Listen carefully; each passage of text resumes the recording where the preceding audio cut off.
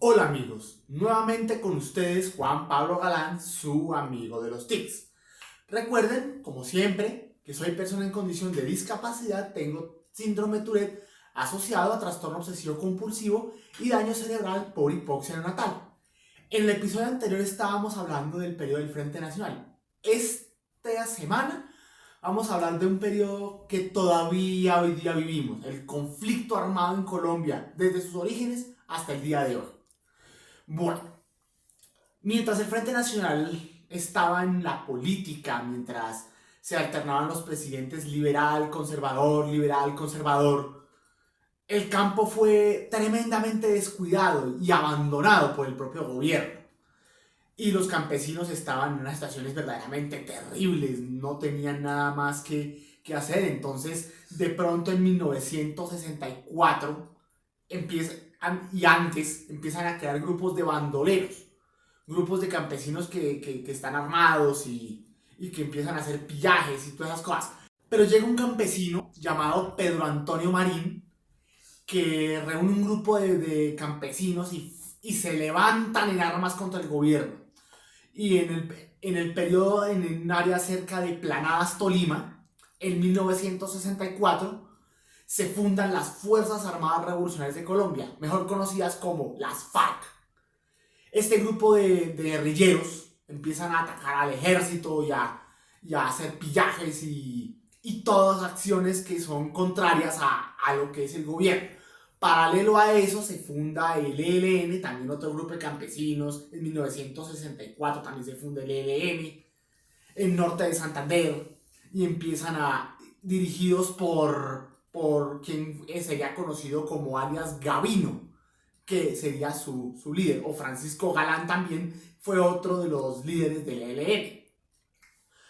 Esos dos grupos guerrilleros empiezan a hacer ataques en los pueblos, a las patrullas del ejército, y en pleno Frente Nacional ellos con una ideología marxista-leninista, o sea, ideología de extrema izquierda, porque en esa época, como existía la Unión Soviética, les daba todo el sustento, toda la plata, todas las armas para mantener también el estatus de grupo insurgente. Estos grupos siguen en la historia creciendo. Las FARC pasan de tener 20 hombres a tener 100 y luego 200, 500, llegan a los 1000 hombres alzados en armas. Luego, en la década de 1970, cuando Misael Pastrana se roba las elecciones, que fue el 19 de abril de 1970 las elecciones, se crea el tercer movimiento guerrillero llamado el movimiento M19. Un movimiento guerrillero cuyo líder era Jaime Bateman Cayón, que era el comandante guerrillero de esa época. Esos tres grupos empiezan a pelear contra el ejército y a matar y a destruir y a hacer muchas cosas que son malas, por cierto. En la historia pasa, luego el Frente Nacional termina, llega la presidencia de López Miquelsen, los grupos guerrilleros siguen atacando en el campo, pero con ideología de la Unión Soviética. En 1980 llegan varios sucesos del M19, que fue el robo de la espada de Bolívar, que van al museo donde está y se la roban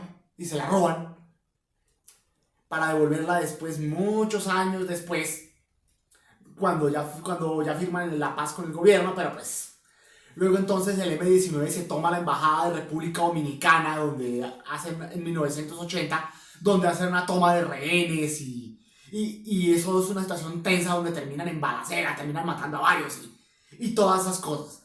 Pero paralelo a la guerrilla, paralelo a los movimientos guerrilleros, surgen a partir de la década de 1960, no tan notorios, pero sí en los 80 más notorios, grupos paramilitares. El principal grupo era compuesto por tres hermanos: Fidel Castaño, Vicente Castaño y Carlos Castaño. Esos son los grupos paramilitares. ¿Qué son los grupos paramilitares?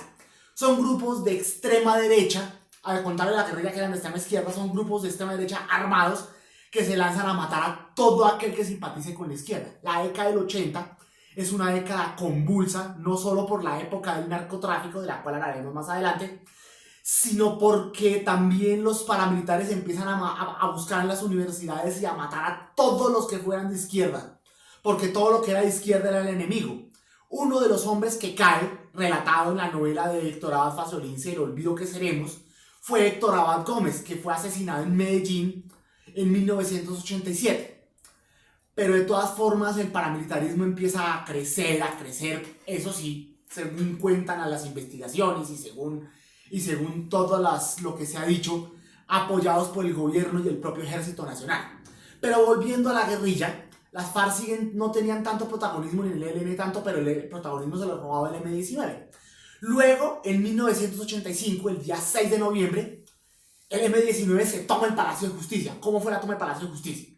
Un comando entró al palacio y tomó como rehenes a los magistrados de la Corte Suprema, exigiendo hablar con el presidente. La situación se pone tensa porque el ejército empieza a apuntar hacia el palacio.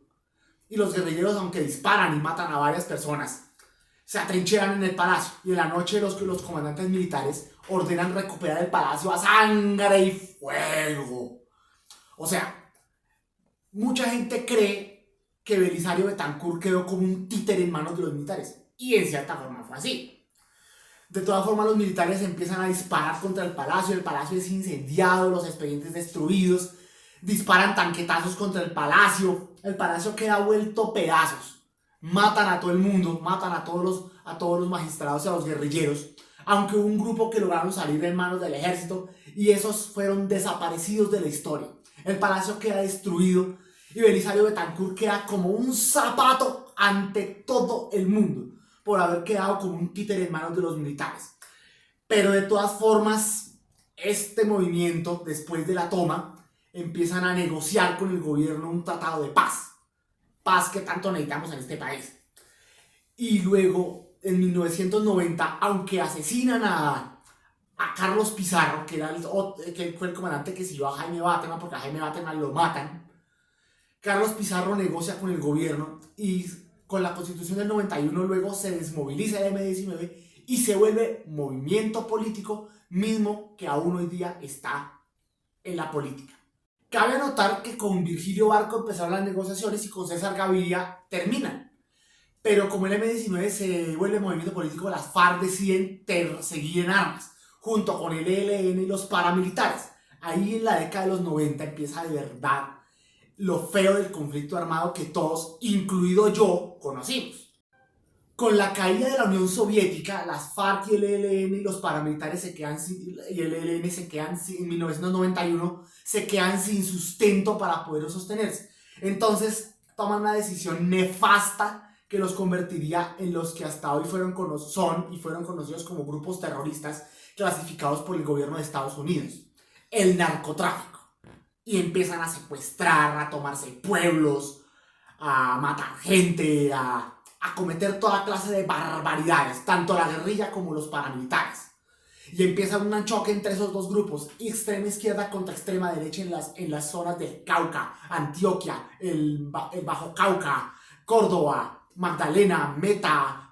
Todo el país empieza a convulsionarse por causa de estos ataques de la guerrilla, donde el ejército interviene, pero la guerrilla toma, las FARC sobre todo, ganan victoria tras victoria tras victoria, tomándose pueblos, Calamar, Guaviare, la base de Miraflores, la base de Patascoy, la toma de Mitú, que fue el 1 de noviembre de 1998, ya con Andrés Pastrana de presidente.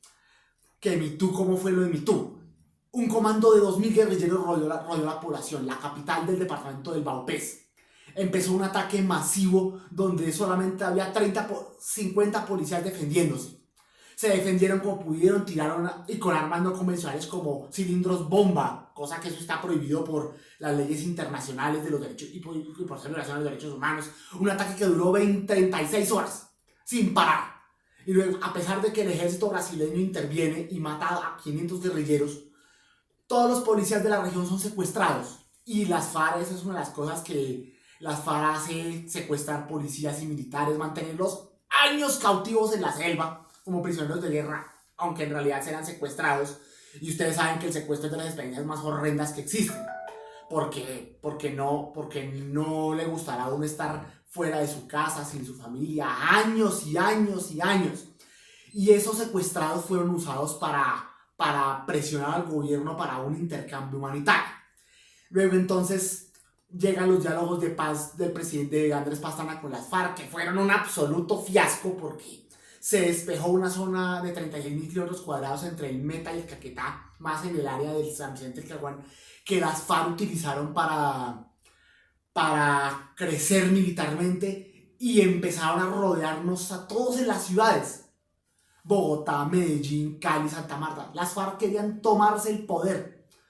Y mucha gente y la opinión pública decía que Pastrana era un pelele por haber permitido todo eso. Cuando secuestran el avión de Aires donde iba el senador Jorge Hecham, y después de que Ingrid Betancourt la secuestran en la zona de distensión, en el 2002, Pastrana rompe los diálogos de paz con las FARC y la guerra se recrudece.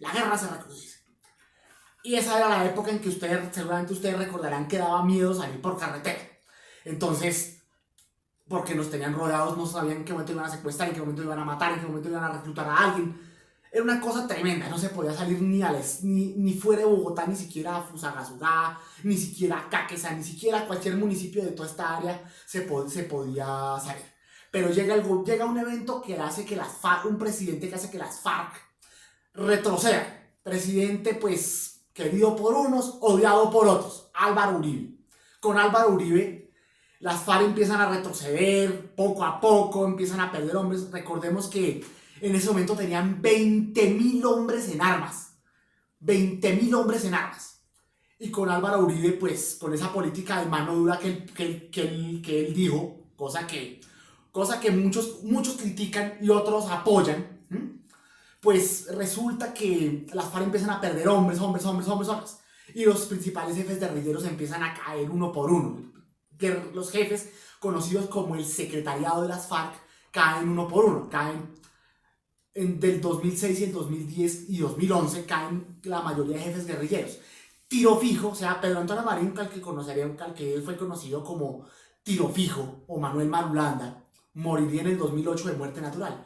Pero el jefe guerrillero más sanguinario, el Mono Jojoy, sería abatido en el 2010. Las FARC pierden terreno, pierden municipios, se debilitan. Pasan de tener 20.000 hombres a tener solo 5.000 hombres alzados en armas. Cuando Juan Manuel Santos sube, hay un atentado en la sede de Caracol Radio, y a los 2 días cae el Mono Jojoy en la Macarena, en el año 2010. Y al año siguiente, en el 2011, cae también Alfonso Cano, el jefe máximo de las FARC.